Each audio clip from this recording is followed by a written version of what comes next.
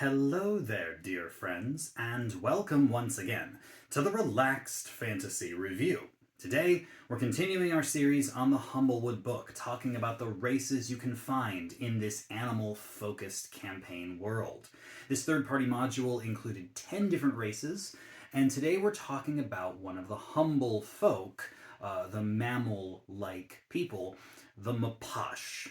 Mapashes are, for lack of a better term, raccoon people. They are humanoids that resemble raccoons and have many abilities you might associate with that particular animal.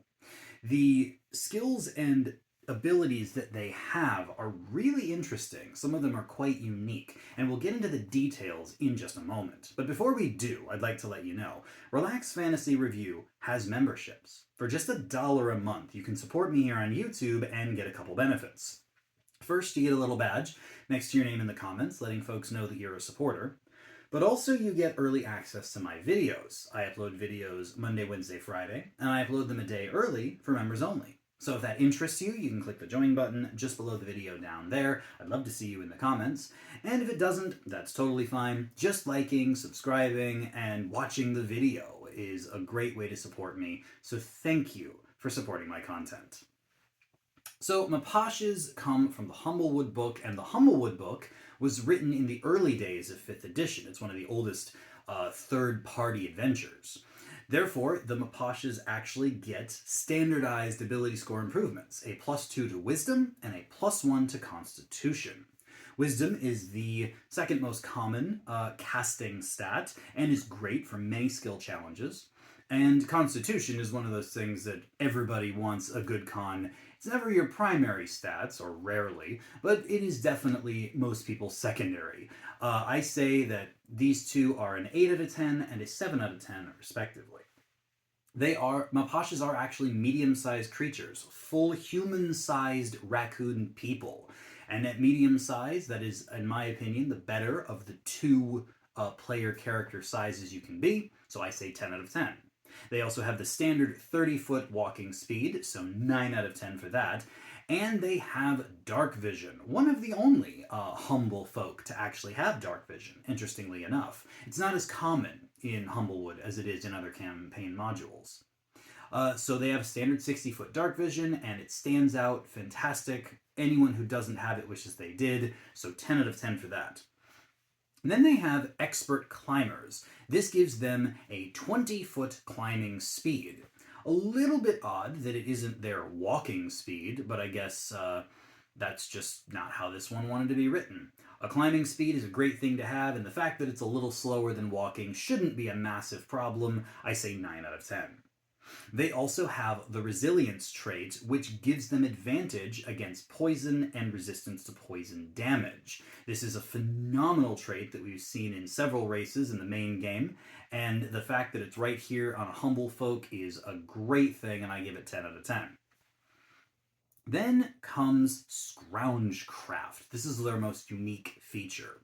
They gain proficiency in Tinker Tools, and then they gain the ability, if they have materials available to them, they can craft in 10 minutes a cobbled together version of any adventuring gear that is worth 30 gold or less. This allows them, if they just have a few minutes, to throw together something that can solve a problem. This is a really, really cool ability that just lets them, with a bit of time, solve something in front of them that they may not have the tools to do so. Now, it does specify in the books that you need to have materials that are reasonable for what you're doing. For example, if you wanted to craft acid, you'd have to discover some sort of wild creature or plant that would have some variant of acidic nature. In order to craft a container of some kind, you'd have to be able to find natural rock or wood materials that you could use to do so, perhaps clay. And if you wanted to create fancy-looking clothes, you wouldn't be able to do so simply using grass and leaves and the like. You could make clothing, but it wouldn't look particularly fancy.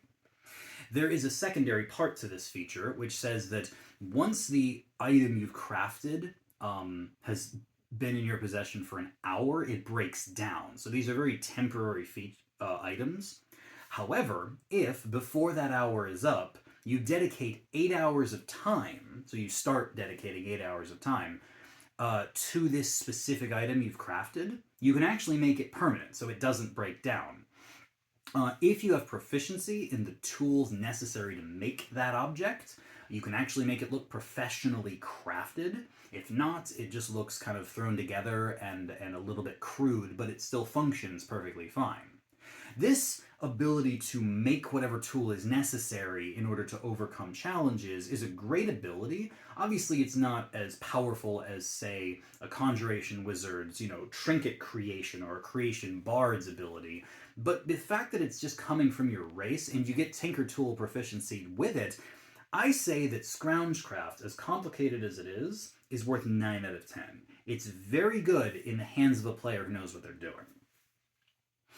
Another feature they get is the Skulker feature. This is a simple one. It gives an advantage on stealth checks in dim light or darkness.